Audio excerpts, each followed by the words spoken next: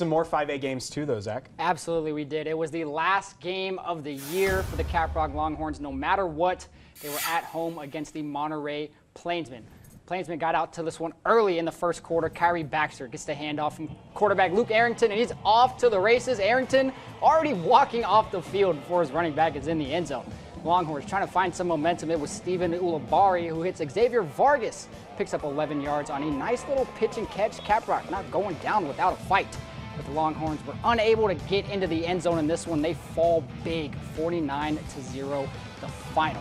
You look at some more scores from the 5A district. Palo Duro and Abilene Cooper. It was a win and get in game. The winner of this one clinched that 4th seed, and it was Abilene Cooper who got the win on the road, so that will do it for Palo Duro this season.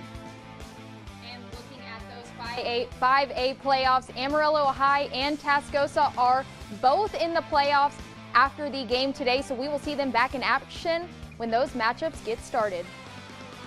Well, those were some exciting 5A stuff, but we had great rivalries, not just Amarillo High Tascosa. You see these helmets in front of me. We had a really, really fantastic rivalry out at Happy State Bank Stadium tonight, Zach. Yes, we did. It was very cold, but it was Canyon who took on Randall at Happy State Bank Stadium. The winner claiming the biggest of the CISD trophies, the GOAT. I love it. Down 8-0 and trying to respond. It is Brock's Hacker. Gives it to Colt Kruth, the truth, and he stays on his feet. He punches in the 1-yard touchdown. Randall trying to get back into the end zone. Casey Benton gives it to Dylan Ray, makes some Eagles miss early, and there he goes. Randall jumped out to a 22-6 lead. The Raiders led it 29-6 at half, and they kept their foot on the gas. They get the win 43-9. Steven and Ashton Beers were on the call for TPSN. Let's send it to them for a post-game report. Hi guys, tonight we had the Randall and Canyon GOAT game, and tonight it was all Randall. 43-9, the Randall Raiders win this one. They clinch the 2nd seed in the district playoffs. They will be moving on in the by-district round. Unfortunately, Canyon didn't get the help they needed, and Canyon will not be going forward tonight. But Randall, a 43-9 victory tonight. Yeah, it was a rivalry game for the GOAT. And it entails all that is to be. Unfortunately, Canyon fell short, were riddled with injuries, and just could not keep up with the high-powered Randall offense and their very stingy defense. Yeah, Ray tonight goes for 111 yards and a touchdown. Caden Miller went for 86 yards and a touchdown, and Shavera went for 96 yards or 97 yards and a touchdown. So the running game was off and running tonight for the Randall Raiders. Again, Randall, a 43-9 victory tonight in the GOAT game, and they moved to 9-1 and move on into the playoffs. We'll talk to you next week from, we believe, Hobbs, New Mexico. Have a great one, guys. Well, next up we have Hereford and West Plains. Hereford up first. Caleb Ramirez play action, has a man in the end zone and connects with Tell Bryant for the first score of the night.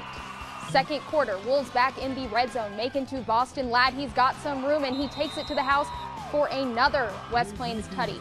Hereford ball now and they need to respond. Ramirez looking for a man downfield. He finds one, but not his man. First interception of the day for Kane White Tinsley.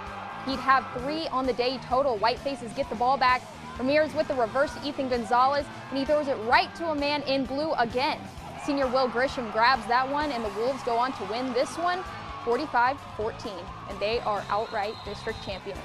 Exciting stuff for West Plains. Let's head over to Borger, where the Bulldogs are taking on the Perryton Rangers. Big game here. Both teams trying to make it into the playoffs. 2nd quarter, Cooper Schilling takes it himself for the goal line score. That score would put the Rangers up 14-0 on the Bulldogs' next drive. Ryla Moreno takes the handoff, threw a few tackles up the sideline, puts the shoulder down on his way to a very nice gain there. Perryton ends up getting the stop. On their next drive, Jaden Daniels floats one over Braylon Contreras, who starts to look like a matador the way he makes a few Bulldogs miss. Perryton goes on to win this one big, 41-7. Got Dumas on the road to Pampa, and with the win, the Demons will secure their place in the playoffs. Dumas up, Colton Mills takes the snap, play action, throws it down the middle and finds the senior Johnny Marquez, and Marquez keeps it going, taken down near the Pampa 30-yard line, and the Demons are in business. Same sequence, Mills handoff to Sebastian Jara. He's got a lane, and that is a fast man. He takes it to the house untouched for 6 to get the Demons on the board. Harvester's down 7, looking for an answer. Gage Gamblin hands off to Christian Davalos. He's stopped at the line for no gain on the play. The Demons get a huge win on the road, 52-12. And like Maya mentioned, with the win, the Demons secured their spot in the playoffs. They will be joined by the Randall Raiders, West Plains Wolves, and the Hereford Whitefaces for 2-4A Division I. And out in Division II, Perryton clinched their spot with the win over Borger. And since Borger lost, they would have needed Levelland to beat Lubbock Cooper Liberty, which they did in overtime. So Borger gets the 4th seed despite the loss tonight. Exciting stuff for all of those teams in the playoffs. Congratulations to those of you who made playoff berths. We'll see you next week for the by-district round, but we'll see it right after this break because we've got some exciting games coming up. Hi, I'm Jason Witten, and you're watching the Wrap Up on News Channel 10.